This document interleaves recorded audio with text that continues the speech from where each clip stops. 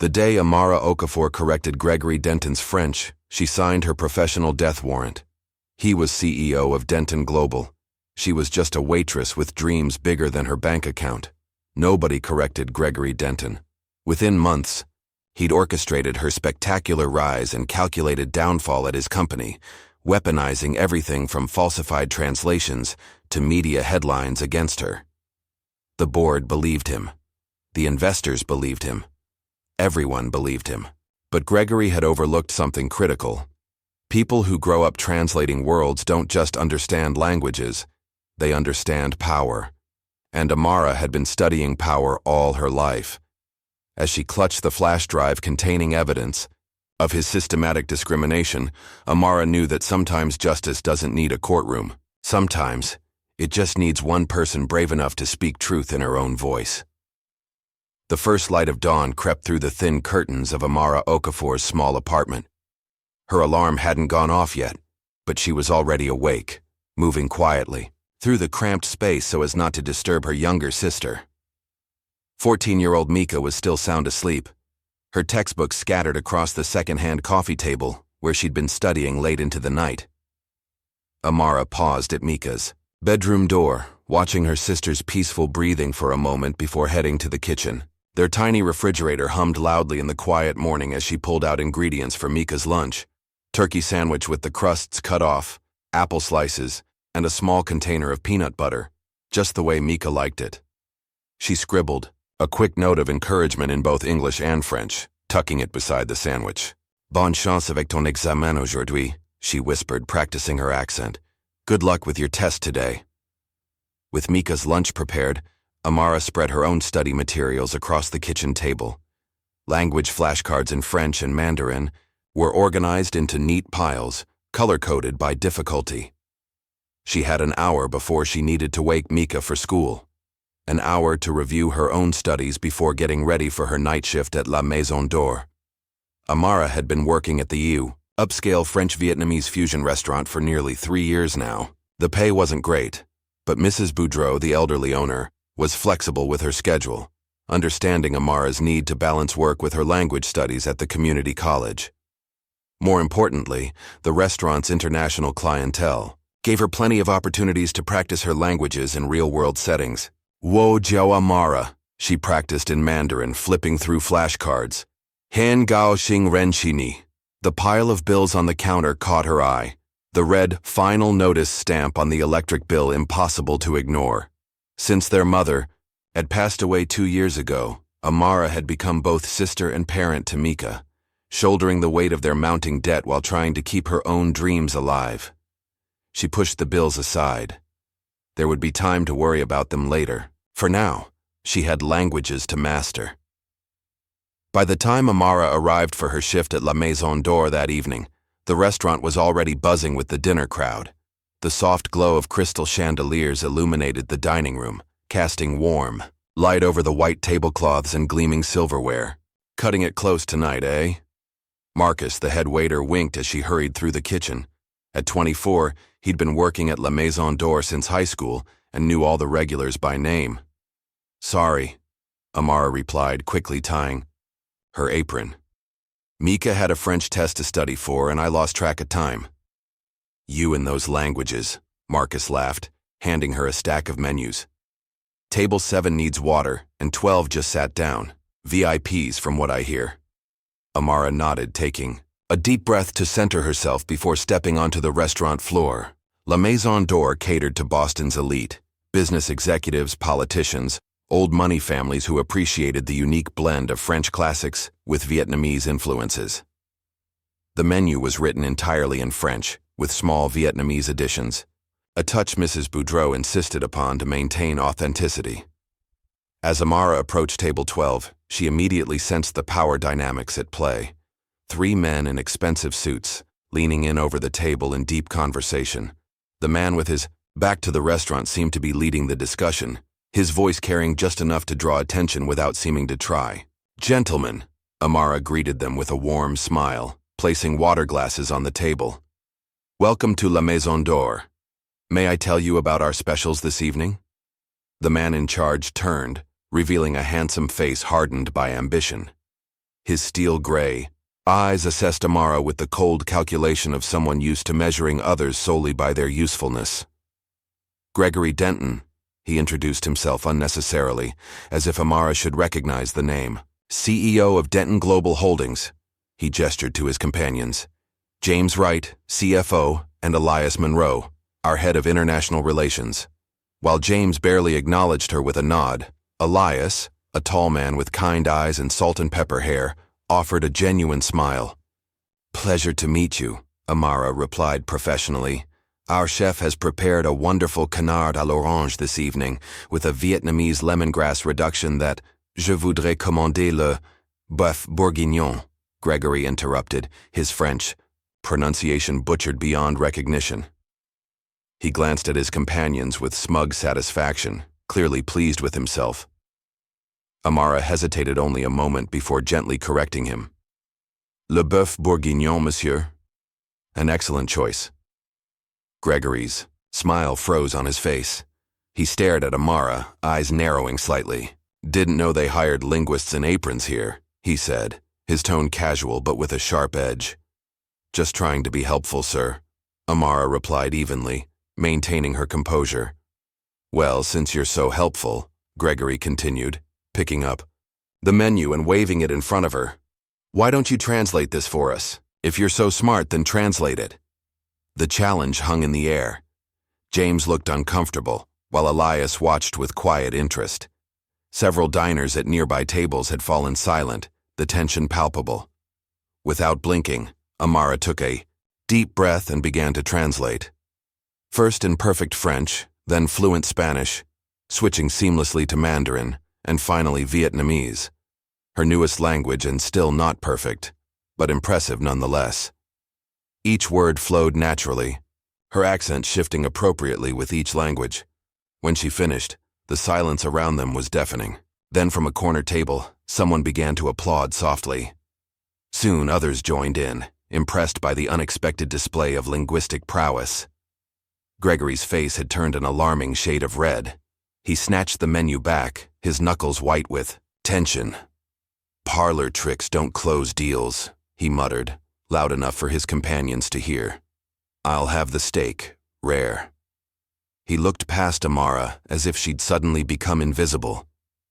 And tell the chef not to overdo it this time. As Amara took the rest of their orders, she noticed Elias Monroe studying her with newfound interest, though he remained silent. James kept his eyes fixed on his water glass, clearly wanting no part in the tension. Very impressive, Elias said quietly, as she finished writing down their orders. Gregory shot him a sharp look. We're here to discuss the Singapore merger, not recruit staff. Under his breath he added, uppity service staff should know their place. Though the words weren't meant for her ears, Amara heard them clearly. She maintained her professional smile, refusing to let him see how the barb had landed. I'll put these orders in right away, gentlemen. In the kitchen, Amara took a moment to compose herself, hands braced against the cool metal prep table. I saw what happened out there, came a raspy voice behind her. Mrs. Boudreau, the restaurant's 70-year-old owner, stood in the doorway of her office. Born in Senegal, raised in France, and married to a Vietnamese chef, Claudette Boudreau had built La Maison d'Or from nothing after immigrating to America 40 years ago. That man, Mrs. Boudreau continued, her accent still thick despite decades. In Boston, he tries to make you small because your brightness shows him how dim he is. Amara smiled weakly. It's fine, Mrs. B, I'm used to it. No. The older woman's voice was firm. Never get used to it. Never let them shrink your brilliance. She patted Amara's hand. My mother taught me. When they try to bury you, remember, you are a seed. You grow through it, yes? Amara nodded, grateful for the wisdom. Yes, ma'am. Good. Now take table 4 their appetizers before Marcus has a fit. The rest of the evening passed without incident. Gregory Denton's table was demanding but manageable, with Gregory himself barely acknowledging Amara's existence after their initial encounter. She noticed Elias watching her occasionally, but his gaze was thoughtful rather than judgmental. By the time her shift ended at midnight, Amara was exhausted. Her feet ached as she waited for the bus that would take her home to Dorchester. The late-night route was sparse, with only a few other passengers, mostly service workers heading home after long shifts downtown. When Amara finally unlocked her apartment door, she expected to find the lights off and Mika asleep. Instead, her sister was sitting on the couch, still in her school clothes, clutching a piece of paper. Her eyes were red-rimmed from crying. "Mika, what's wrong? Why are you still up?" Mika wordlessly handed over the paper. It was an eviction notice. 3 months behind on rent. 72 hours to pay or vacate. "I found it taped to the door when I got home from school," Mika said, her voice small. "I was scared to be alone, so I waited up for you." Amara's heart sank as she read the notice.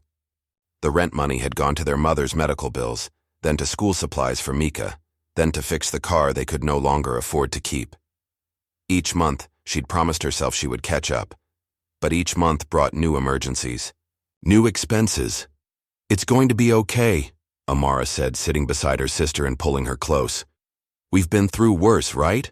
Remember when the heat went out last winter?" "We slept in the same bed for a week," Mika said with a weak smile. "And you read me stories in French to practice." "Exactly. And we made it through that, didn't we? We'll make it through this too."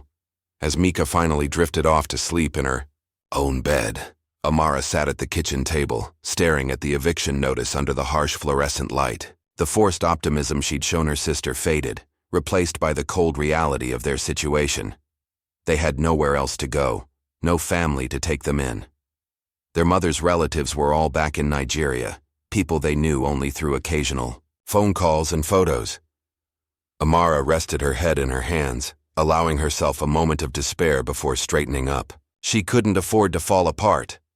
Mika was counting on her.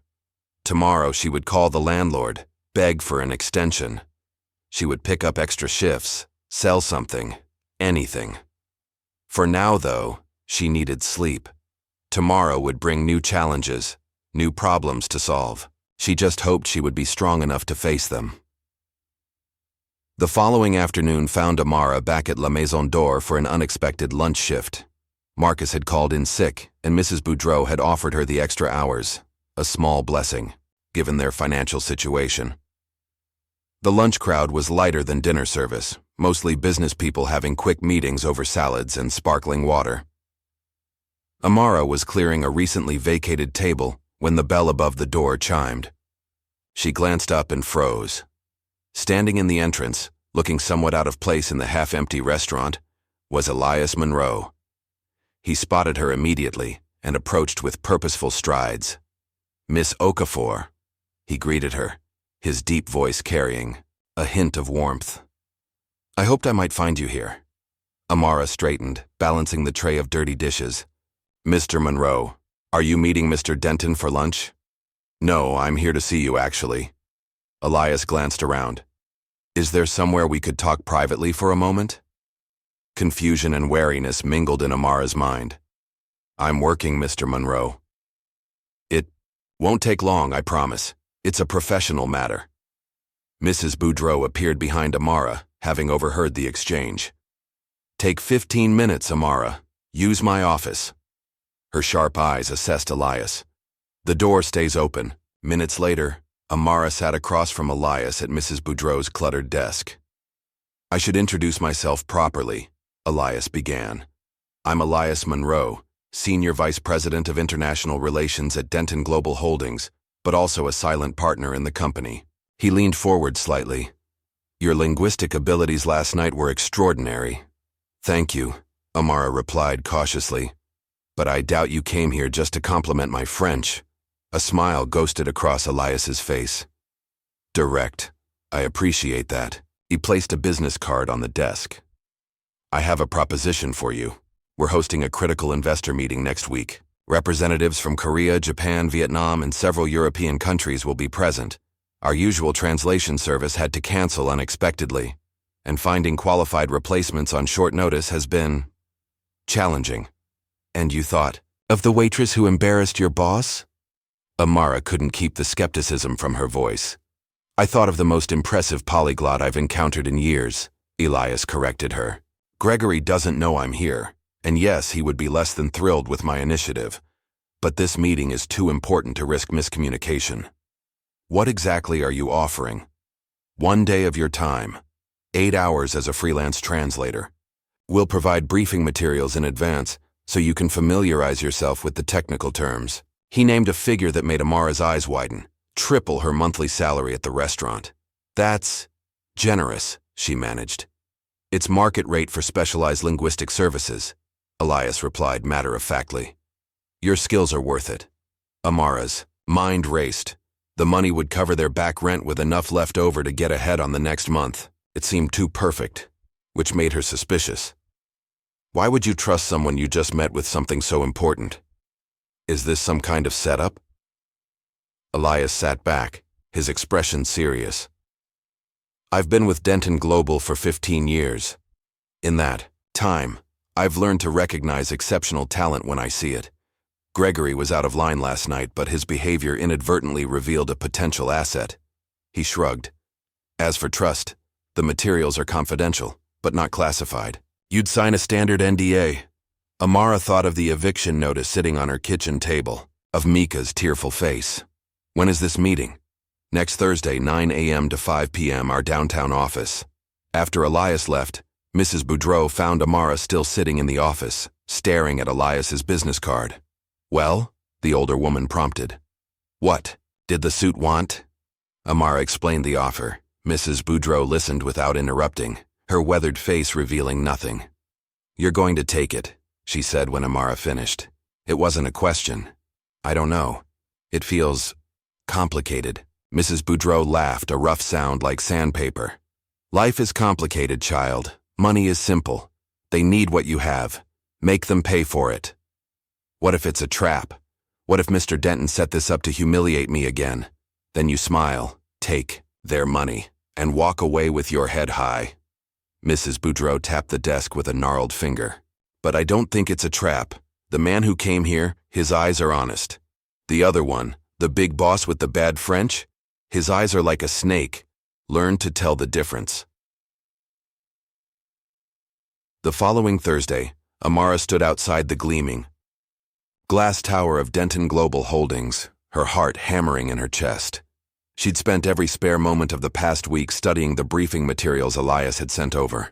Complex financial terms in multiple languages, industry-specific vocabulary, cultural nuances that might affect negotiations. The lobby was all marble and steel, designed to intimidate. Amara smoothed down her only business suit, a navy blue ensemble found at a thrift store and altered by hand to fit her tall frame. Her hair was pulled back in a neat bun, professional and unobtrusive. Miss Okafor? A receptionist approached. Mr. Monroe asked me to escort you upstairs. The elevator whisked them to the 38th floor, where Elias waited by a set of glass doors.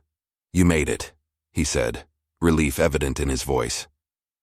The Korean contingent arrived early. Everyone else is on their way. He lowered his voice. Gregory knows you're coming. He wasn't pleased, but the board overruled him. Just be prepared. Amara nodded, swallowing her nervousness. I've studied all the materials. I'm ready. The boardroom was impressive. A long table of polished mahogany surrounded by leather chairs, floor-to-ceiling windows offering a panoramic view of Boston Harbor. A few people were already seated, conversing quietly in Korean. They looked up curiously as Amara entered. Gregory Denton stood at the head of the table, deep in conversation with an assistant. When he spotted Amara, his expression hardened into a cold glare. He excused himself and strode over. Mr. Monroe's charity project, he said by way of greeting, voice low enough that only she and Elias could hear. Let's be clear. You're here as a translator, nothing more. You speak when spoken to. You translate exactly what is said. No embellishments, no interpretations. One mistake and you're out. Understood. Perfectly, Mr. Denton, Amara replied evenly. Good. He turned to walk away, then paused. And try not to embarrass yourself. This isn't a restaurant where party tricks impress tourists. As the room filled, with executives and investors, Amara took her assigned seat near the middle of the table. Elias had positioned her strategically, equidistant from the various international representatives. She noticed several glances in her direction. Curiosity, assessment, and in a few cases dismissal. She was clearly the youngest person in the room, and one of only 3 women. The meeting began with Gregory's polished welcome, followed by presentations from various department heads. Amara listened attentively, occasionally providing whispered translations to those seated near her when technical terms caused confusion. 2 hours in, during a discussion of market expansion into Southeast Asia, a problem arose. Mr. Park, the lead Korean investor, frowned deeply while reviewing a contract addendum. He spoke rapidly in Korean to his colleagues, his tone increasingly agitated. The company's junior translator, a nervous young man who had been struggling all morning, looked panicked. "I'm sorry, he's speaking too quickly. Something about the terms being different?" The room tensed. Gregory's face darkened as he watched a potential multi-million-dollar deal begin to unravel over a translation issue. Amara hesitated only briefly before leaning forward. "Jisong hamnida," she addressed, Mr. Park in Korean, apologizing for interrupting. Then, switching between Korean and English with practiced ease, she clarified the point of contention, a subtle but critical difference in how profit sharing was calculated in the Korean version of the document versus the English version. Mr. Park listened intently, his expression softening as Amara explained. She suggested specific language that would resolve the ambiguity, maintaining the agreement's integrity while addressing his concerns.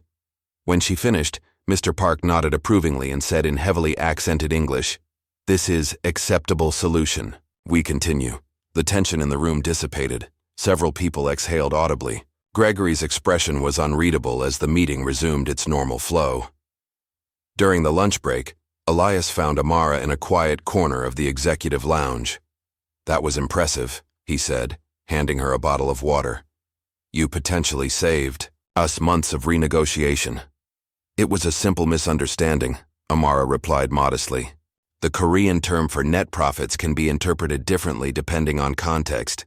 Simple for you, perhaps." Elias glanced across the room where Gregory stood with several board members. "He's not happy about being upstaged, but even he can't deny your value today." The afternoon session proceeded more smoothly.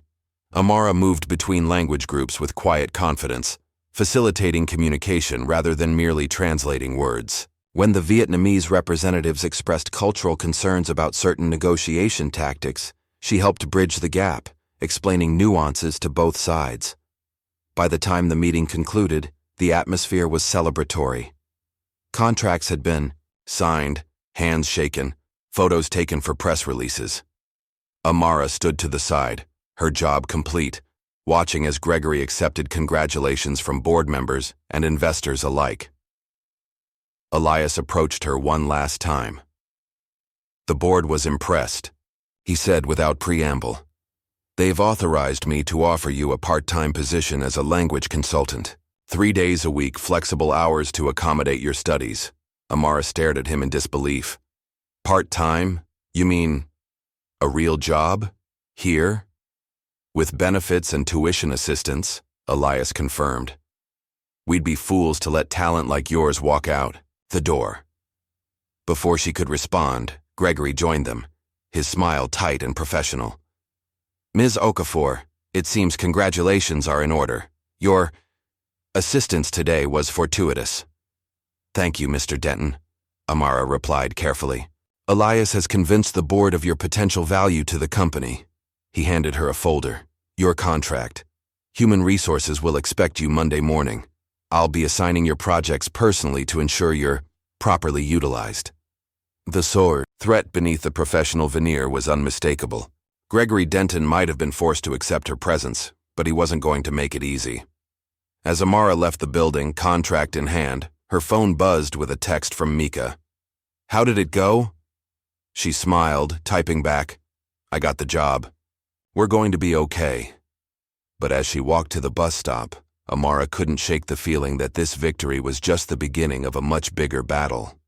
She had crossed a line today, from service worker to corporate professional, from background to foreground, and in doing so, she had made a powerful enemy. The sun was setting as her bus pulled away from downtown, casting long shadows between the skyscrapers. Amara watched Gregory Denton emerge from the building, sliding into the back of a waiting town car. Their eyes met briefly through the bus window. In that moment, something passed between them. A recognition, a challenge. Gregory might have the power, the position, the privilege. But Amara had something he couldn't buy or intimidate away. Brilliance that refused to be diminished. As the bus lurched forward into traffic, Amara turned away from the window and opened the contract folder. Her new life was about to begin, complicated, challenging, and entirely unexpected. She thought of what Mrs. Boudreau had told her. When they try to bury you, remember you are a seed. It was time to grow. 3 months into her new position. At Denton Global, Amara stood before a packed audience at the Boston Cultural Exchange Center. The nonprofit had invited her to give a talk on the evolution of African languages, particularly how colonization had shaped linguistic patterns across the continent.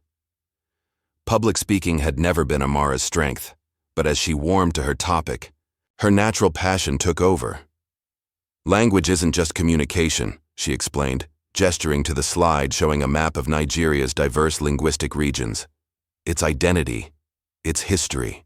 When my mother taught me Igbo alongside English, she wasn't just giving me words, she was connecting me to generations before me. The audience was captivated. Professionals, academics, and language enthusiasts nodded along as Amara seamlessly wove personal anecdotes with scholarly insights. In the back row, partially hidden by a column, sat Elias Monroe. He had slipped in quietly after the presentation began, not wanting to distract her. Now he watched with unmistakable pride as his discovery commanded the room.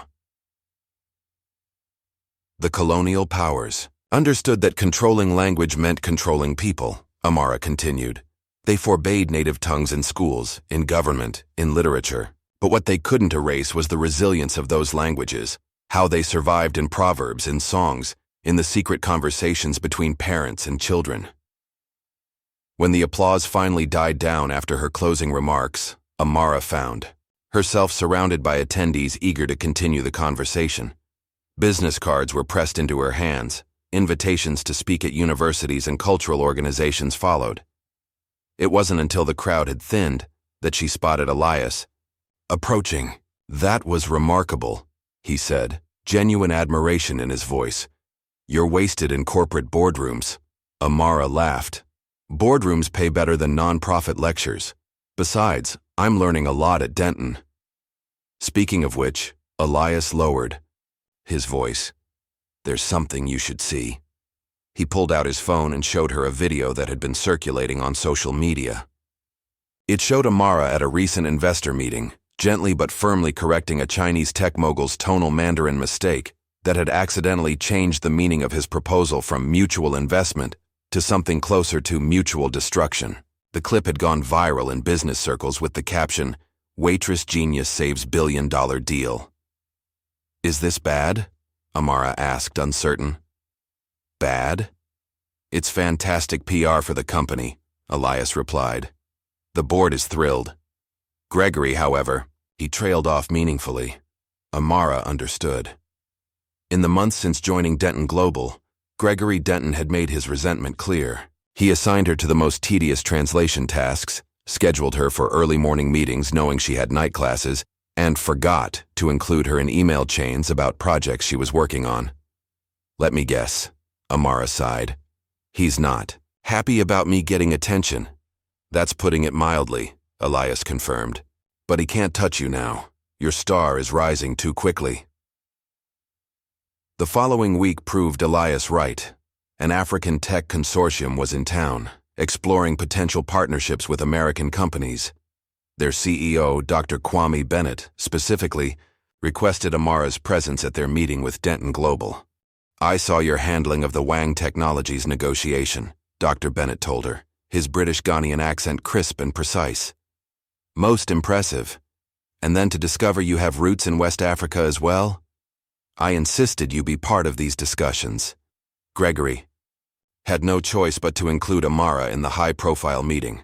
His smile was fixed and cold as he introduced her as one of our rising talents in international relations.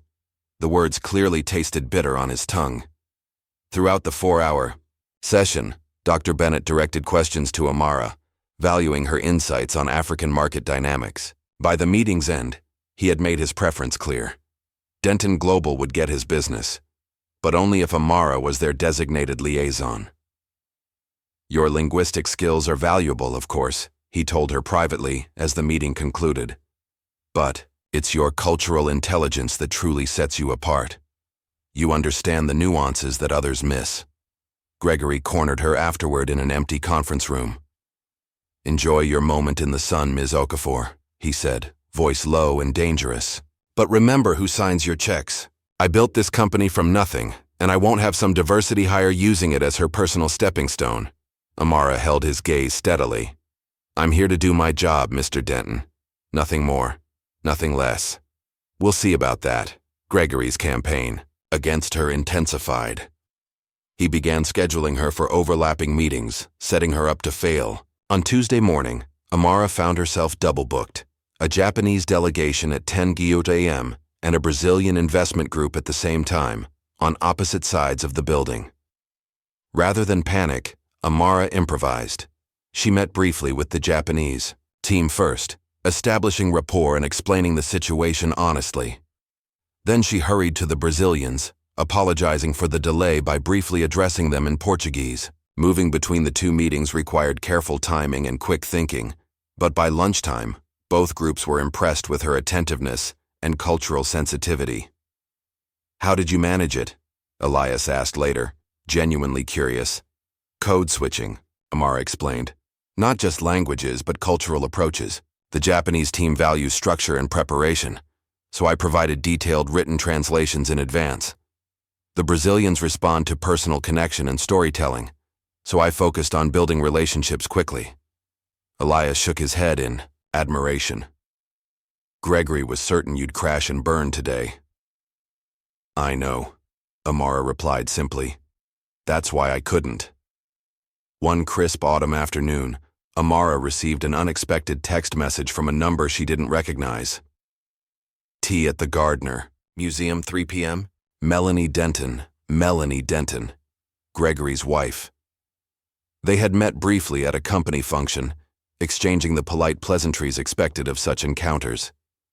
Melanie had struck Amara as intelligent, but reserved, always slightly in her husband's view. Shadow curiosity overcame caution, and at precisely 3 p.m. Amara found herself in the museum's sunlit cafe. Melanie was already seated, an elegant woman in her 40s with auburn hair and shrewd eyes that didn't miss much.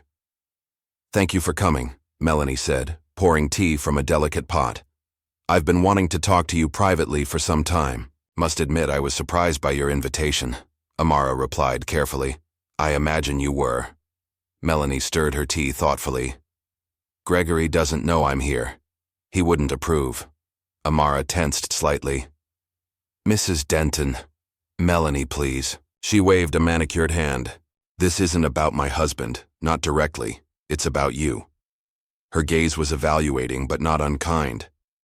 You're making quite the impression at Denton Global. Not everyone can do that while facing obstacles. I'm not sure what you mean. I think you do. Melanie took a sip of her tea. I know what it's like to be sidelined in your own story, Amara. To have your contributions minimized. To watch men take credit for your ideas. The admission hung between them, unexpected and revealing. Before I was Mrs. Gregory Denton, Melanie continued, I was Melanie Harrington, with an MBA from Wharton and a promising career in finance. Now, I'm the perfect corporate wife who organizes charity galas and knows which wines pair best with salmon. You gave up your career? Amara asked. Not gave up. Traded away, piece by piece, a compromise here, a concession there. All so reasonable at the time. Melanie's smile held a trace of bitterness. I'm telling you this because I see something in you that I once had. Something worth protecting. I appreciate your concern, but this isn't charity or pity. Melanie interrupted sharply. It's recognition. The company talks about diversity and inclusion, but the old guard, Gregory's circle, they see talent like yours as a threat to the natural order. And you're warning me? I'm acknowledging you. Melanie leaned forward. You've made an ally in Elias, which is smart. But don't underestimate what Gregory will do to maintain control. He doesn't play fair, and he doesn't forget slights. As they parted outside the museum, Melanie handed Amara a business card with her personal number written on the back. If you ever need to talk about anything, call me.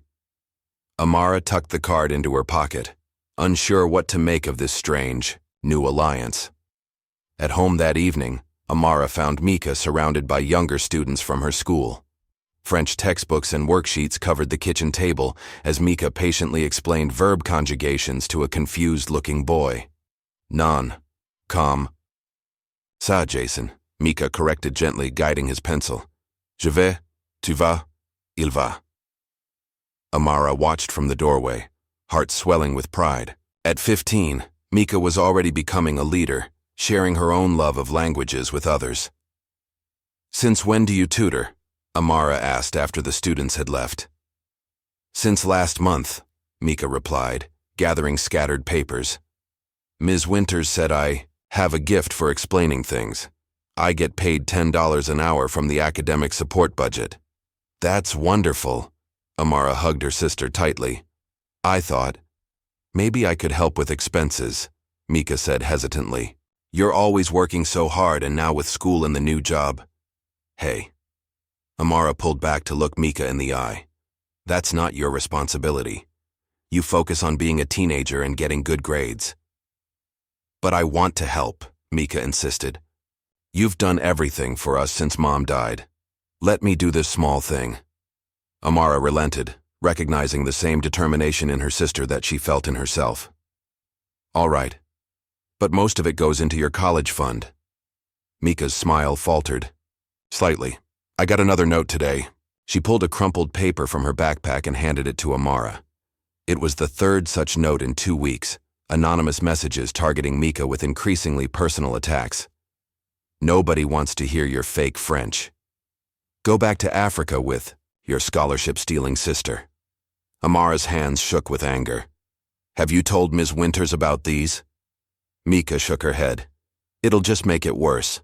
Besides, I know who it is. Tyler Westfield's dad lost his job at some big company where a black woman got promoted instead. He rants about it all the time, and Tyler just repeats whatever his dad says. Amara fought to keep her expression neutral, not wanting to add to Mika's burden.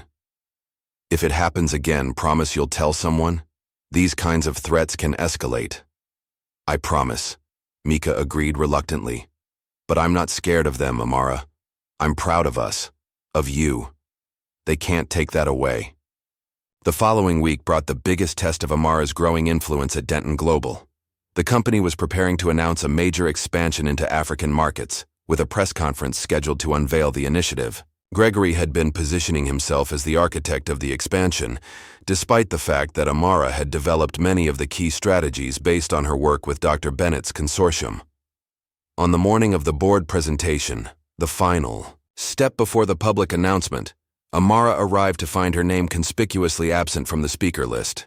Instead, Gregory had assigned her to take notes. Is there a problem, Ms. Okafor? Gregory asked when she approached him before the meeting.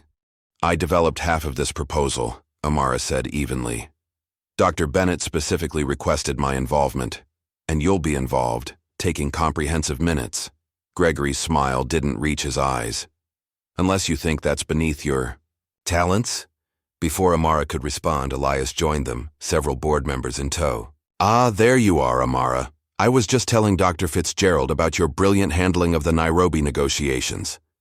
An older woman with silver hair and sharp eyes extended her hand.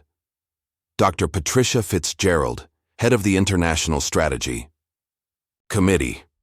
Your work on this expansion has been exceptional, young lady. I'm looking forward to hearing your presentation today.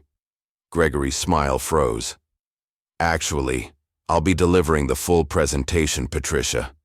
Ms. Okafor is assisting with logistics. Dr. Fitzgerald raised an eyebrow. Is that so? Because the board specifically requested that we hear from the team who developed the strategy, including Ms. Okafor. Her insights on the cultural nuances of the West African markets were highlighted in last month's report.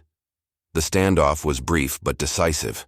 10 minutes later, Amara found herself at the podium, presenting her portion of the expansion strategy to the entire board. She spoke with confidence and authority, her deep understanding of both the business metrics and cultural context evident in every slide. When she finished, the boardroom erupted in applause.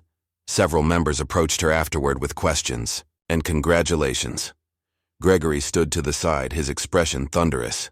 "You humiliated me," he hissed when he finally cornered her in the hallway afterward. "You went over my head to the board." "I did my job," Amara replied calmly. "The job I was hired to do." "Let me make something perfectly clear." Gregory stepped closer, lowering his voice. "You are here because it looks good on our diversity reports, not because you belong in this company. I built Denton Global, and I decide who succeeds here." Amara stood her ground, refusing to be intimidated. "Mr. Denton, with all due respect, my work speaks for itself." "Does it?" His laugh was cold. "You mock what you don't understand. This isn't a game where the smartest person wins. It's about power and connections, things you'll never have." "You mock what you fear," Amara countered, finally giving voice to the truth she'd recognized from their first meeting. "And you fear me, because I've built myself from the ashes you left people like me in." Gregory's face contorted with rage, but before he could respond, Elias rounded the corner. "There you are," he said cheerfully, deliberately ignoring the tension. "Amara, you're needed for the press briefing preparations. The communications team has some questions about terminology for the press release." As Amara walked away with Elias, she could feel Gregory's eyes burning into her back. She had crossed a line, and they both knew it. The question now was what he would do about it. The answer came sooner than expected. Despite Gregory's opposition, Amara was given a prominent role in the expansion announcement. International partners had specifically requested her presence, leaving him no choice but to include her in the massive deal-closing ceremony. The press coverage was overwhelmingly positive. "Denton Global pioneers inclusive approach to African market expansion," read one headline. A business magazine featured a photo of Amara, alongside Dr. Bennett, captioned, "The new face of international business relations."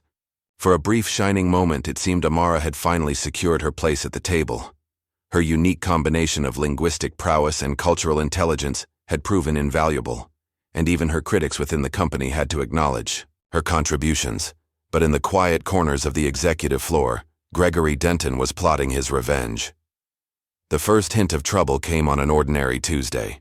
Amara arrived at work to find her security clearance had been downgraded, restricting her access to certain documents and areas of the building.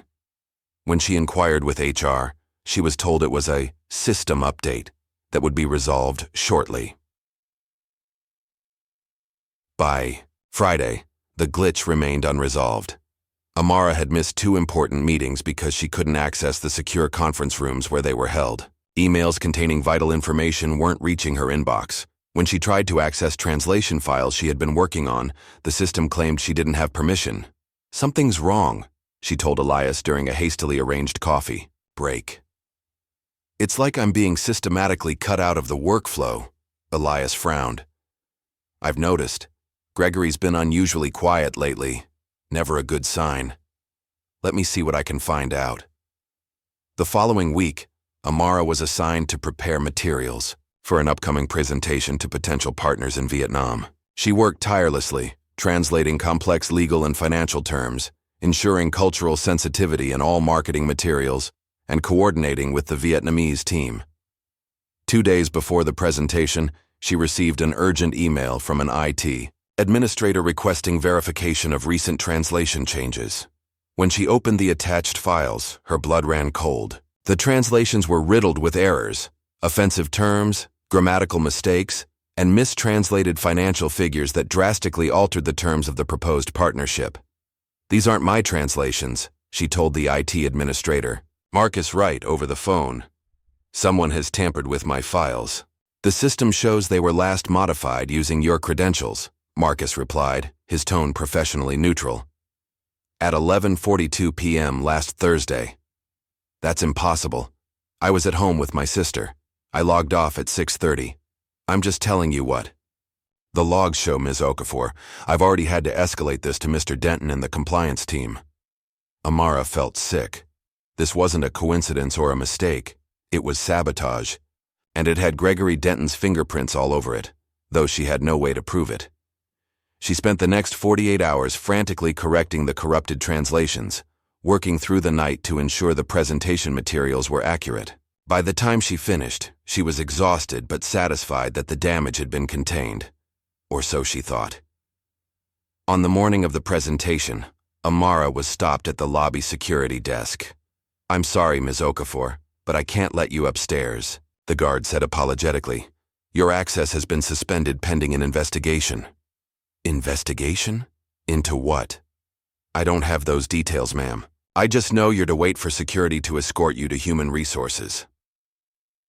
Bewildered and increasingly alarmed, Amara was led to a small conference room on the second floor.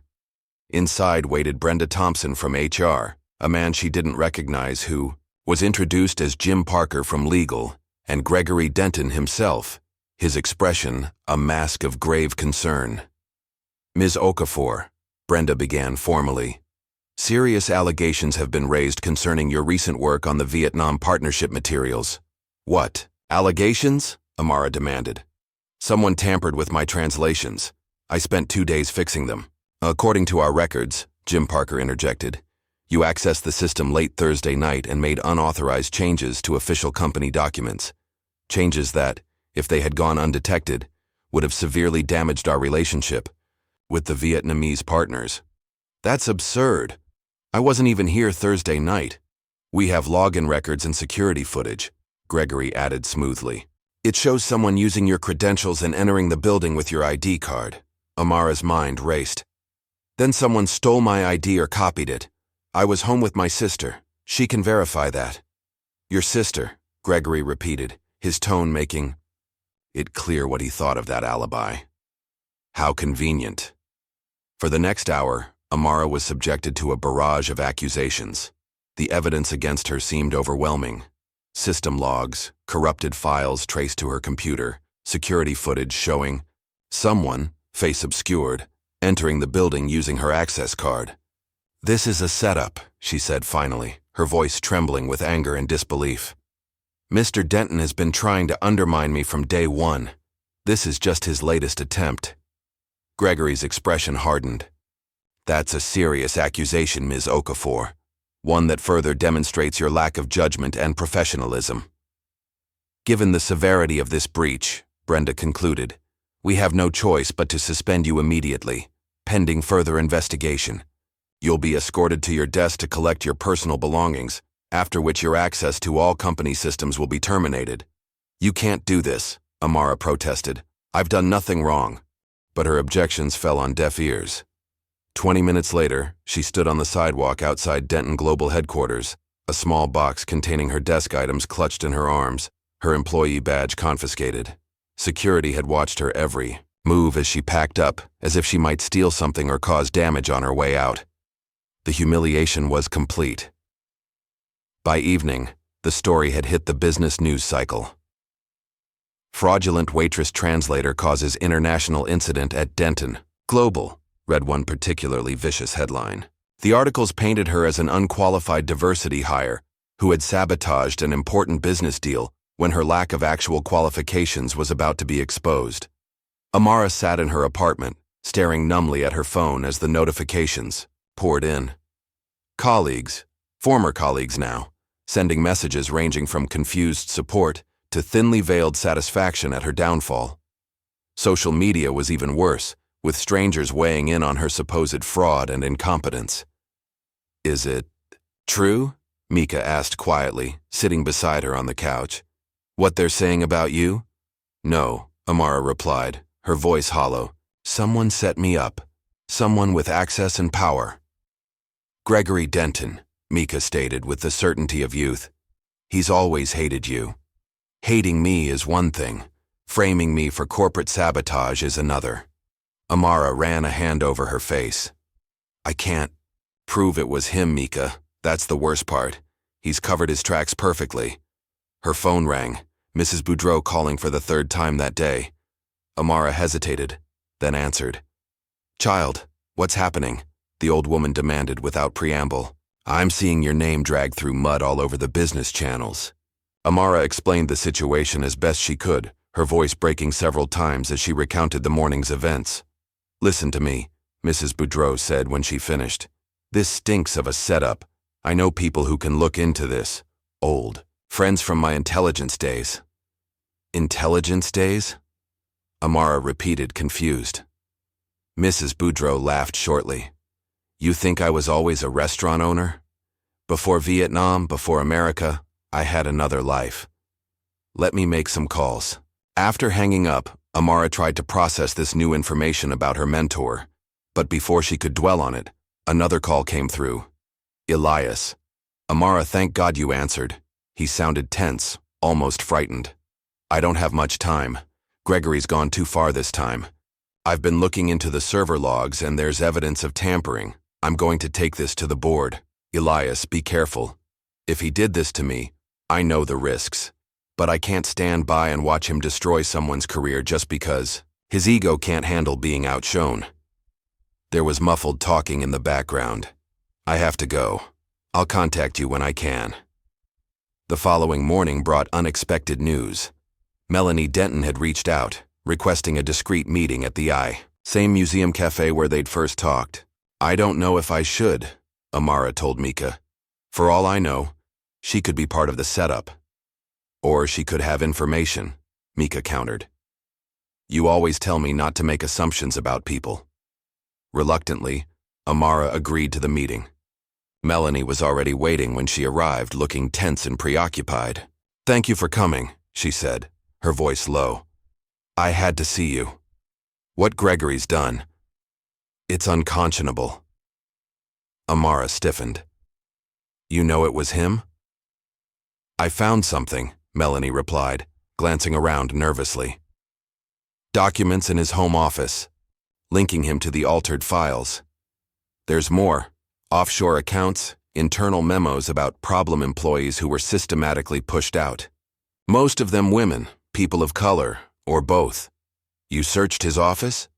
Amara couldn't hide her surprise. Our marriage has been a sham for years, Melanie said bluntly. But I've stayed, partly out of habit, partly because leaving meant losing. Everything I've sacrificed for, but this, she shook her head. This crosses a line I can't ignore. What are you going to do? I've copied everything to a flash drive. Melanie's hand moved to her purse, then stopped. But I need to be careful about how I use it. Gregory has powerful friends, and he knows things about me that could be damaging. Before they could discuss further, Melanie's phone buzzed. She checked it, her face paling. I have to go. Gregory's called an emergency board meeting for tomorrow morning. He's going to try to make this official. Have you formally terminated and possibly even pursue legal action against you? On what grounds? Amara demanded. Corporate espionage, breach of contract, defamation. He'll throw everything at you to make sure you can't fight back. Melanie stood hurriedly. I'll be in touch when I can. As Melanie rushed away, Amara sat alone at the cafe table, the magnitude of what she was facing finally sinking in. Her career was in tatters, her reputation destroyed, and a powerful man with resources and connections was determined to bury her completely. Her phone buzzed with a notification, another news article about the Denton Global translation scandal.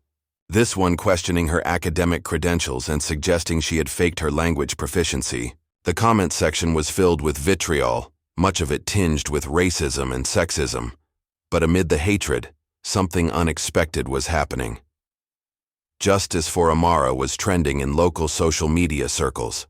Leading the charge was Mika, who had mobilized her friends and classmates to share stories of Amara's character and achievements. Former restaurant customers from La Maison d'Or were posting about her linguistic abilities. Dr. Bennett had released a statement supporting her skills and integrity. A small resistance was forming. The next morning, Gregory arranged a press conference, ostensibly to address the unfortunate situation and clarify the company's position. Amara received a formal email inviting her to attend and make a statement regarding recent events. "It's a trap," Elias warned when she called him. "He wants you to grovel publicly, to beg for your job back. It reinforces his narrative that you were never qualified in the first place. What should I do? Don't give him what he wants. If you attend, do it on your terms." Amara arrived at Denton Global for the press conference dressed impeccably in a tailored black suit, her head held high despite the whispers and stares that followed her through the lobby.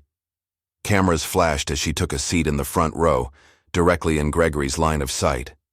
He faltered momentarily when he saw her, clearly not expecting her to actually show up, but he recovered quickly, launching into a prepared statement about maintaining the highest standards of integrity and unfortunate incidents that, while rare, must be addressed decisively. When he finished, he turned to Amara with a practiced expression of regret. "Ms. Okafor, would you like to make a statement at this time?" All eyes turned to her. This was the moment Gregory had orchestrated, her public humiliation, complete with cameras to capture her downfall. Slowly, deliberately, Amara rose from her seat. She looked at Gregory for a long moment, seeing the anticipation in his eyes. Then, without saying a word, she turned and walked calmly toward the exit.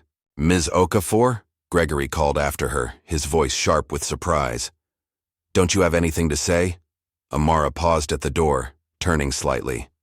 "Not to you," she said clearly, her voice carrying across the suddenly silent room.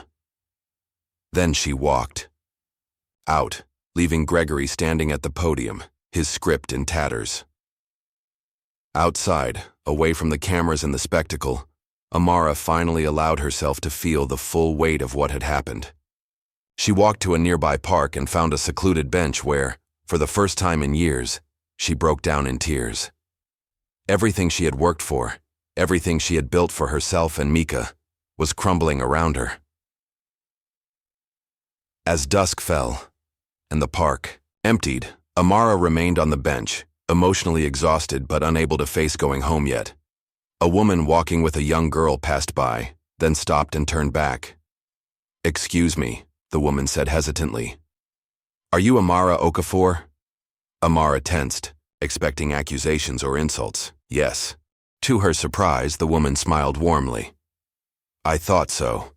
My daughter saw your picture in the news." She gestured to the girl who was staring at Amara with undisguised admiration. "She told me yesterday that when she grows up she wants to be, just like you, someone who speaks many languages and stands up for herself." Struck speechless, Amara could only nod as the pair continued their walk. The brief encounter, however, had sparked something inside her. If a child she'd never met could find inspiration in her story, then perhaps all was not lost. As she walked home through the darkening streets, Amara's mind began to work in a way it hadn't since the scandal broke. She mentally replayed conversations, cataloged suspicious incidents, recalled Mrs. Boudreau's cryptic advice from months ago. "In my intelligence days we had a saying, the truth leaves fingerprints, even when hands are gloved." Fingerprints. Evidence. Trails that couldn't be completely erased. By the time she reached her apartment, a plan was beginning to form. Gregory Denton had used his power and position to try to destroy her. But in doing so, he had revealed vulnerabilities of his own: arrogance, vindictiveness, and a fundamental underestimation of her resilience. Mika was waiting up, despite the late hour. "How was the press conference?" "Educational," Amara replied, a new determination in her voice. "I learned something important today." "What's that?" "That Gregory Denton may have the power right now, but he's forgotten something crucial about language." "What?" Amara smiled for the first time in days. "Every story can be rewritten." Dawn broke over Boston as Amara sat cross-legged on her living room floor surrounded by printouts, notebooks, and her laptop. She hadn't slept. Instead, she'd spent the night meticulously piecing together her defense, searching for the digital fingerprints Gregory Denton might have left behind. Mika emerged from her bedroom, rubbing sleep from her eyes. "Have you been up all night?" Amara looked up, her eyes tired but alert. I remembered something important. When I was translating the Vietnamese contracts last month, I downloaded copies of all the original documents to study the terminology. It was something I'd always done, keeping backups to practice with later. And that helps how? Because, Amara said, turning her laptop screen toward Mika, I have the original correct translations. The timestamps and metadata are intact. This proves the versions they're claiming I sabotaged were altered after I'd already submitted the final drafts. Mika's eyes widened. That's evidence. It's a start, but not enough on its own. Amara rubbed her temples. Gregory's too smart to leave an obvious trail. If he used someone in IT to tamper with my files, they would have covered their tracks. The doorbell rang, startling them both. Few people knew where they lived, and fewer still would visit unannounced at 7 a.m. Cautiously, Amara opened the door to find Mrs. Boudreau standing there, a large paper bag in her arms. You look terrible, the old woman declared, pushing past Amara into the apartment. When's the last time you ate? Mrs. B, what are you doing here? Bringing breakfast, she replied, placing the bag on the kitchen counter. And information. Mika peeked into the bag. Croissants. From yesterday, but still good. Eat. Mrs. Boudreau turned to Amara. Now listen carefully. I've been making calls to old contacts. Did you know I worked as a linguistics decoder during the Cold War? Before the restaurant? Before coming to America? Amara blinked in surprise. You mentioned intelligence work, but no time for stories now. What matters is I still know people who know people. She pulled a small notebook from her pocket. Your Mr. Denton has made enemies over the years. People who've been waiting for him to make a mistake. Did he make one? Mrs. Boudreau's eyes gleamed. All men like him do, eventually. Arrogance makes them sloppy. She tapped the notebook. You need to learn about metadata trails. When documents are altered, they leave traces. Digital fingerprints that can be tracked if you know where to look. For the next hour, Mrs. Boudreau walked Amara through techniques for examining document histories and server logs, skills she'd acquired during her surprising previous career. They pored over Amara's saved files, identifying discrepancies in the versions that had been used to frame her. This will help, Amara said, taking careful notes. But it's still my word against his, and he has the company's resources behind him. Then you need more evidence, Mrs. Boudreau replied matter-of-factly. And allies. Who else might know what Denton has been doing? Elias Monroe has been trying to help, but he's in a precarious position, and Melanie Denton contacted me. The wife? Mrs. Boudreau raised an eyebrow. Interesting. She says she found documents in Gregory's home office linking him to the altered files. She copied them to a flash drive. Then you need that drive. Amara's phone buzzed with a text from an unknown number. Need to see you. Same place. Noon today. The museum cafe was nearly empty when Amara arrived. Melanie sat at a corner table, a large sunglasses doing little to disguise her evident distress. When she removed them, Amara was shocked to see her left eye was slightly swollen. Are you okay? Amara asked, sliding into the seat across from her. I'm fine, Melanie replied tersely. Gregory and I had a disagreement last night. Nothing unusual. She reached into her purse and discreetly slid a small flash drive across the table. Everything I could find is on here. Emails about monitoring your computer, instructions to IT staff, even a documented history of other problem employees he's pushed out over the years. Amara stared at the tiny device, hardly believing it could contain such powerful evidence. Why are you doing this? Melanie's laugh was brittle. Maybe I'm tired of watching talented people destroyed because they threaten his ego. Maybe I'm tired of being an accomplice through my silence. She looked away. Or maybe I'm just finally doing something I should have done years ago. This could hurt you too, Amara said quietly. I know. Melanie put her sunglasses back on. Use it wisely. And Amara, be careful.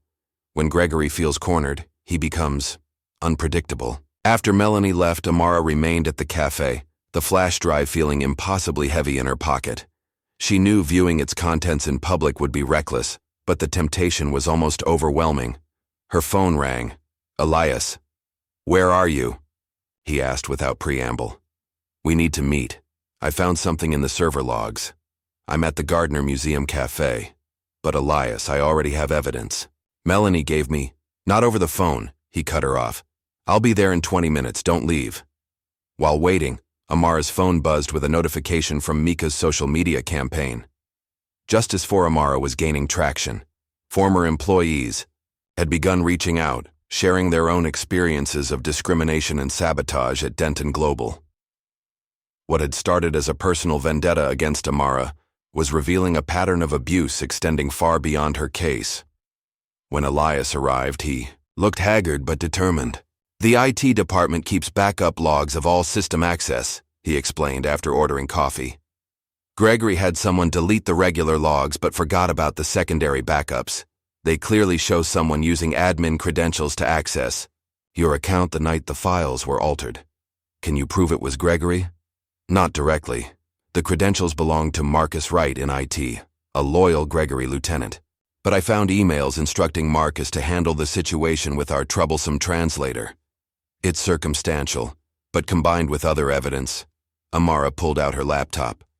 "Let's see what Melanie found." The flash drive contained a treasure trove of incriminating documents. Gregory's private emails discussing how to manage the Okafor problem, files tracking offshore payments to an IT consultant for special projects, and most damning of all, a folder labeled Personnel Management, containing detailed strategies for forcing out employees who threatened Gregory's authority or control. "This is worse than I imagined," Elias murmured, scrolling through the files. "He's been doing this systematically for years. The question is, what do we do with it?" Amara asked. "If we go public, it could destroy the company. Maybe that's what needs to happen." Amara considered this. There are hundreds of innocent employees who would be hurt, and the international partners who've put their trust in Denton Global's commitments. "Then we need leverage," Elias said thoughtfully. "Something that forces change without destroying everything." "What about the Korean investors?" Amara suggested. "Dr. Park was very concerned about ethical business practices when I worked with him. If he knew what was happening—" Elias nodded slowly. "One major investor pulling out would create enough pressure for the board to act, without necessarily collapsing the company." He checked his watch. "I have to get back before I'm missed. Gregory's watching me closely. Be careful with that drive. It's your insurance policy." After Elias left, Amara made a decision. She composed a careful email to Dr. Park, outlining the situation in professional terms and attaching select documents from the flash drive that demonstrated the pattern of discrimination without revealing company secrets. She emphasized her concern for the integrity of their partnership, rather than her personal grievance. The response came faster than she expected. Dr. Park was deeply troubled by the evidence and would be reconsidering the terms of their relationship with Denton Global unless the company took immediate action to address these ethical concerns. Within hours, the ripple effect began.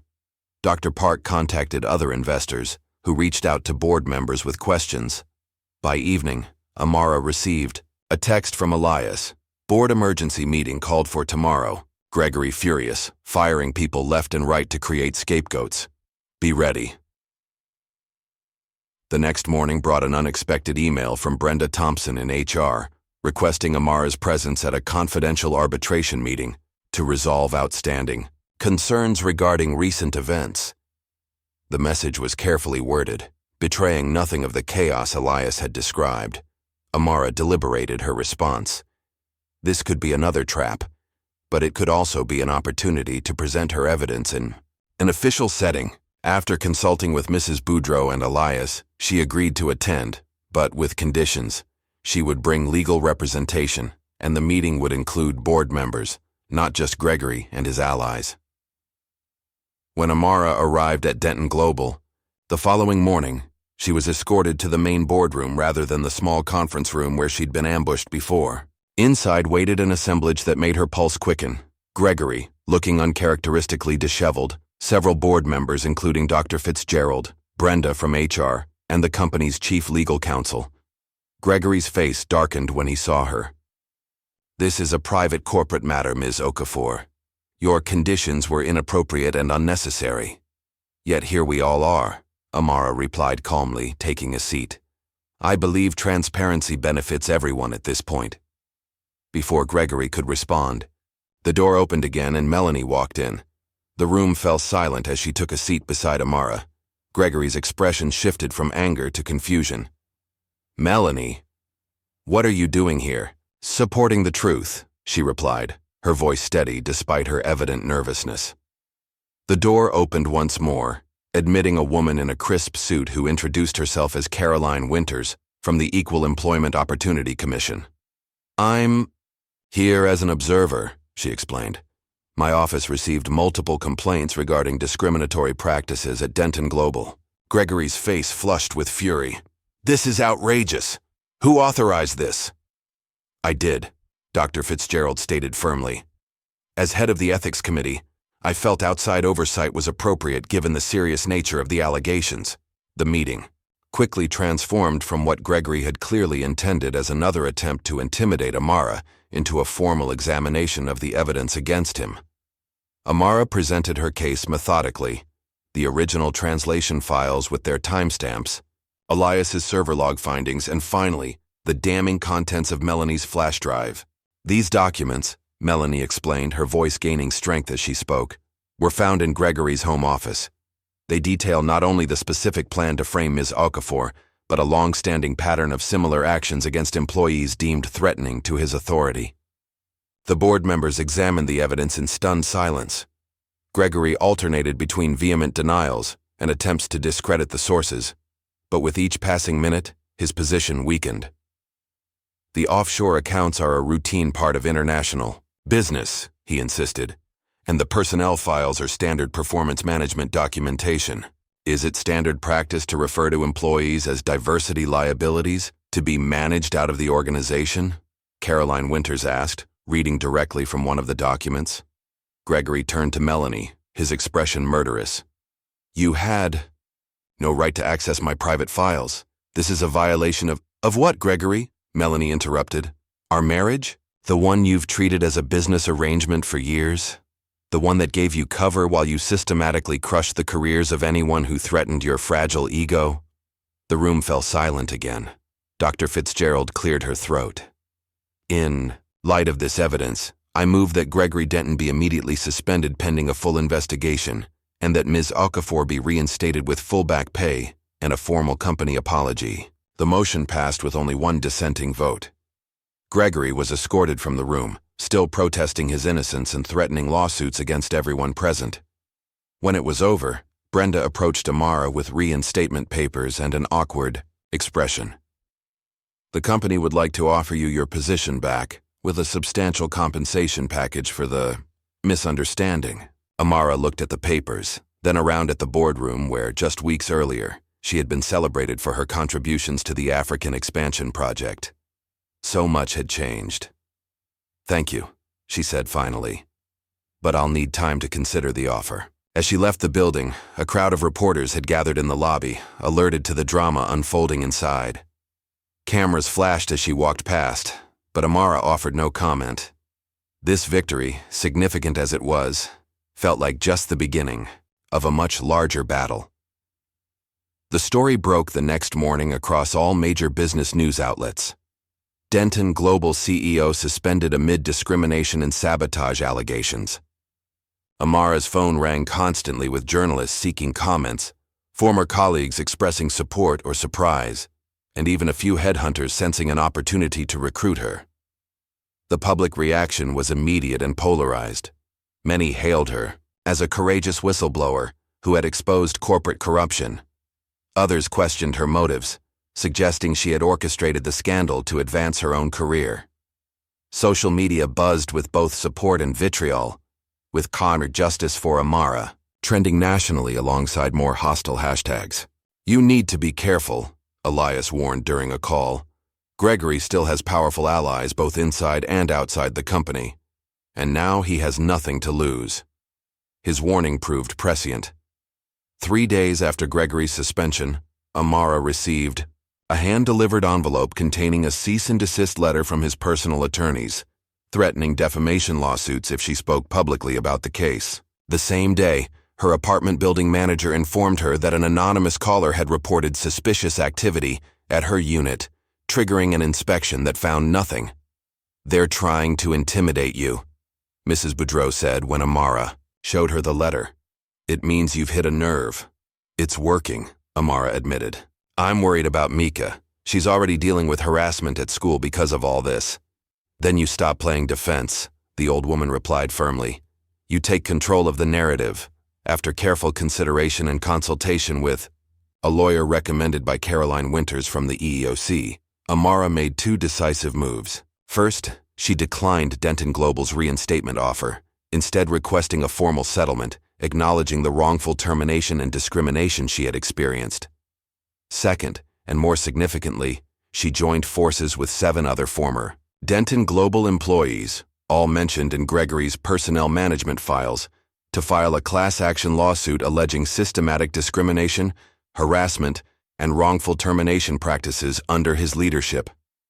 The lawsuit sent shockwaves through the corporate world. Major news networks covered the story extensively, featuring interviews with the plaintiffs who shared similar experiences of being undermined, sabotaged, and eventually forced out after challenging Gregory's authority or receiving recognition he felt was rightfully his.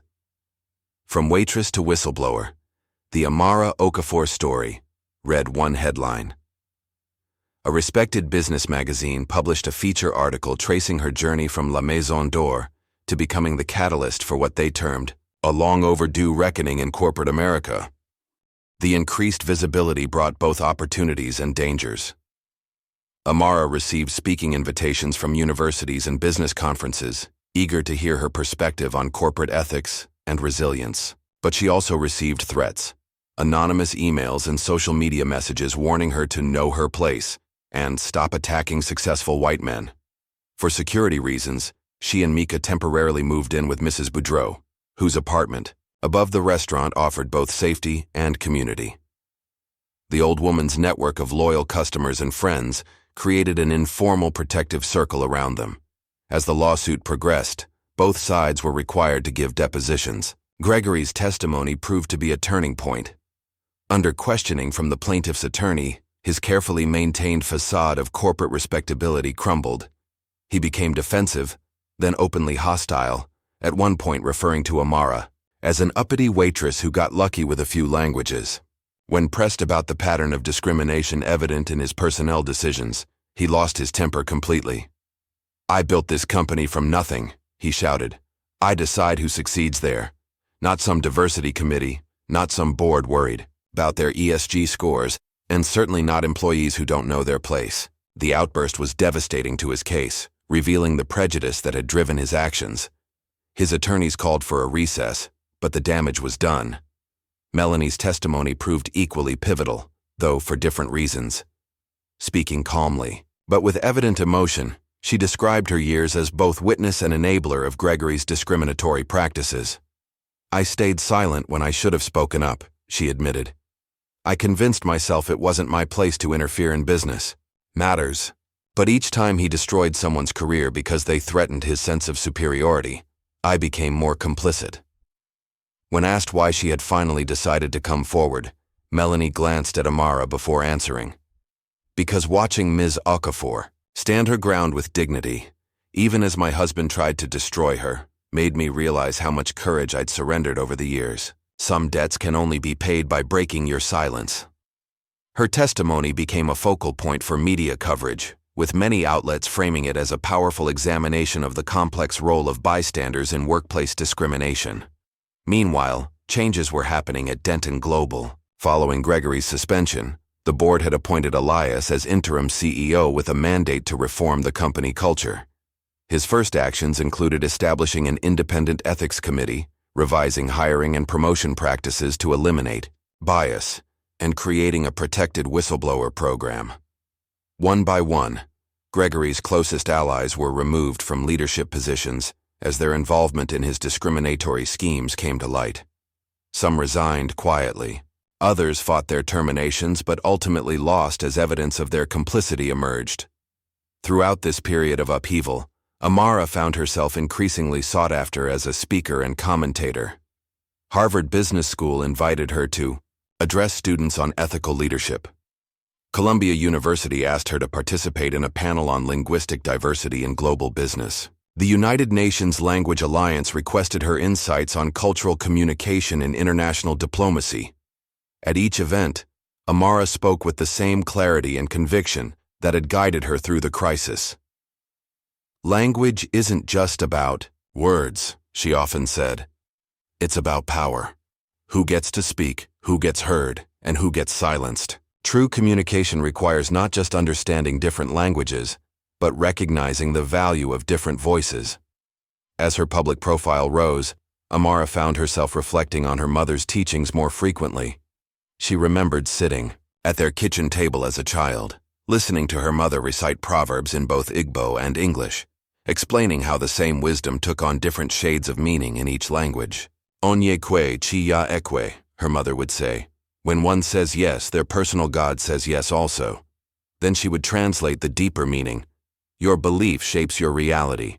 If you believe in yourself, the universe makes a path for you. Those memories sustained Amara during the most challenging moments of the lawsuit, especially when the pressure threatened to overwhelm her. They also helped her support Mika, who struggled with the sudden spotlight on their family. Everyone at school is talking about us, Mika complained one evening. Some kids think it's cool, but others, their parents work in finance and business, and they say you're destroying a great company because you couldn't handle criticism. Amara sat beside her sister on the bed. Does that bother you? What they say? Mika considered the question seriously. Not really. But sometimes I wonder if it would have been easier to just stay quiet. Easier, yes, Amara agreed. But our mother used to tell me something important. Uku anagi agba oso nefu. The foot doesn't run for nothing. There's always a reason to stand your ground, even when it's hard. I know, Mika said softly. I'm proud of you, Amara. I just worry. Sometimes. That's what family does. Amara hugged her sister tightly. We worry about each other, but we keep moving forward together. After 6 months of legal proceedings, the case reached its conclusion. Faced with overwhelming evidence and damaging testimony, Denton Global's board voted to settle the lawsuit rather than risk a public trial. The settlement included substantial financial compensation for all plaintiffs, mandatory company-wide reforms, and independent oversight of hiring and promotion practices for 5 years. Gregory Denton was permanently removed as CEO and forced to sell his controlling interest in the company. The board issued a formal public apology to Amara and the other plaintiffs, acknowledging the systemic failures that allowed discrimination to persist and committing to a new era of inclusive leadership. At the press conference announcing the settlement, Amara was invited to speak last. Standing at the podium, facing a room full of cameras and reporters, she took a moment to gather her thoughts before addressing the crowd. I didn't ask for power, she said, her voice clear and steady. I asked for dignity. This case has taught me that too often, we must fight for both. But that fight is not just for ourselves. It's for everyone who comes after us. Everyone who deserves to be judged by their abilities rather than others' prejudices. She paused, looking around the room. This settlement is not an ending, but a beginning. The real work of creating truly inclusive workplaces where all talents are recognized and respected continues. That work belongs to all of us, executives and employees, institutions and individuals. As my mother would say in Igbo, aka ni kwaka ekpe, aka ekpe akwaka ni. The right hand washes the left hand, and the left hand washes the right. We can only move forward together. A year after the settlement, Amara sat in a light-filled office overlooking Boston Harbor.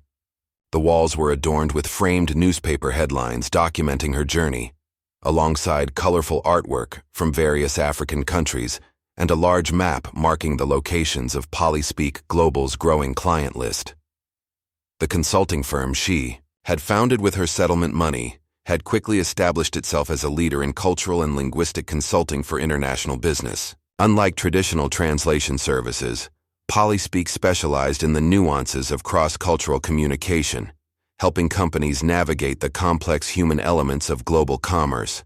Amara had made a point of hiring talented individuals from underrepresented groups and regions, particularly focusing on languages and dialects often overlooked by larger firms. Her team now included 20 full-time consultants and dozens of specialized contractors around the world. A knock at her door interrupted her review of quarterly reports. Her assistant, Jason, poked his head in. "Your 11 o'clock is here, and Mrs. Boudreau called to confirm dinner tonight." "Thank you, Jason. Send them in." Amara smiled as her next appointment entered, a nervous young woman clutching a portfolio, clearly for a job interview. "Ms. Rivera, please have a seat. Tell me about your experience with indigenous Mexican languages."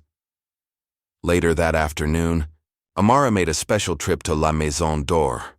The restaurant was closed between lunch and dinner service, but Mrs. Boudreau was expecting her. The old woman sat at her usual table by the window, a pot of strong coffee and 2 cups waiting. "Business good?" Mrs. Boudreau asked as Amara joined her. "Very. We just signed contracts with 2 tech companies expanding into West Africa and a manufacturing firm entering Vietnam." Amara poured coffee for both of them. "How about here?" "Same as always. Good food, good customers." Mrs. Boudreau smiled. "Marcus is learning the business side now. He'll take over when these old bones decide to rest." They chatted comfortably about business and mutual friends until Mrs. Boudreau abruptly stood and disappeared into her office. She returned carrying an old leather-bound book. "This is for you," she said, placing it on the table. Time it was. Passed on. Amara opened the cover to find a French dictionary, its pages yellowed with age. Inside the front cover was an inscription in faded ink. "To Claudette, may these words build bridges between worlds. Dakar, 1954. "Your dictionary from Senegal," Amara murmured, touched by the gesture. "My father gave it to me when I was 12, Mrs. Boudreau explained. Said it would open doors for me. He was right." She tapped the cover gently. "Now it's yours. Pass it on when the time comes." Amara ran her fingers over the worn leather. "Thank you. This means more than I can say." "You've done well, child. Your mother would be proud." That evening, Amara attended Mika's school award ceremony. Now 16, Mika had blossomed in the past year, channeling her own linguistic talents into a pioneering program teaching younger students. Her initiative had caught the attention of educational foundations, and tonight she was receiving a scholarship for language innovation in youth education. Amara watched with pride as Mika took the stage to accept the award. "I want to thank my teachers and mentors," Mika began confidently. Then, switching effortlessly to French, she continued, "Et je remercie ma sœur Amara, qui m'a montré la valeur des langues et le pouvoir des mots." Finally, she added a phrase in Igbo that brought tears to Amara's eyes, a proverb their mother had often repeated about strength growing from adversity. As the audience applauded, Amara noticed a familiar face several rows ahead. Gregory Denton. Thinner than she remembered, his once immaculate appearance now slightly disheveled, he sat alone, applauding mechanically as he scanned the crowd. Their eyes met briefly before he looked away, clearly uncomfortable at being recognized. After the ceremony, Amara learned from another parent that Gregory was now giving paid seminars on corporate resilience to small business groups, a far cry from his former status. His reputation in major business circles was irreparably damaged, and most of his former contacts had distanced themselves from him. Amara felt no satisfaction at his downfall, only a quiet acknowledgement that actions eventually find their consequences. She deliberately avoided him as she and Mika left the auditorium. "Was that him?" Mika asked as they walked to the car. "Gregory Denton?" "Yes," Amara replied simply. "Aren't you going to say something to him?" Amara shook her head. "Some stories are better left finished." The following week brought news about Melanie Denton. Her memoir, Behind the Curtains: A Wife's Silence, A Woman's Voice, had been released to critical acclaim. The book detailed her experiences as the spouse of a powerful executive, exploring themes of complicity, courage, and redemption. Amara attended the Boston launch event, where Melanie spoke eloquently about the courage it takes to admit your own failures and the responsibility we all have to challenge injustice even when, especially when, doing so is personally costly. After the reading, they embraced warmly. "How are you?" Amara asked. "Finding my way," Melanie replied with a genuine smile. "The divorce was finalized last month. It's strange starting over at 50, but also liberating." She lowered her voice. "Did you hear about Elias?" "The official announcement is tomorrow, but yes." Elias Monroe had been confirmed as the permanent CEO of Denton Global, now rebranded as Monroe International. Under his leadership, the company had instituted groundbreaking diversity initiatives, promoted many of Amara's former allies, and established a foundation supporting educational opportunities for underrepresented groups in business. "He's doing good work," Melanie acknowledged. "Repairing what Gregory broke, and creating something better in its place," Amara added. "That's the real victory." As they parted, Melanie hesitated. "I never properly thanked you, Amara. Your courage gave me permission to find my own." "We lift each other up," Amara replied. Simply. That's how change happens. Back at her office the next day, Amara received an unusual delivery, a handwritten letter from Ghana. The carefully printed English was from a 12-year-old girl named Adwoa. "Dear Ms. Okafor, my teacher showed us a video of your speech at the United Nations. Because of you, I told my teacher I want to speak 10 languages, not just one. My father says I should be practical, but my mother says I should dream big like you did. Can a girl from Accra really become someone important who speaks for others? Please write back if you can." Amara immediately set aside her other work to compose a reply, enclosing one of her mother's Igbo proverbs translated into both English and Twi. That weekend, she gave her first lecture as a visiting professor at Boston University.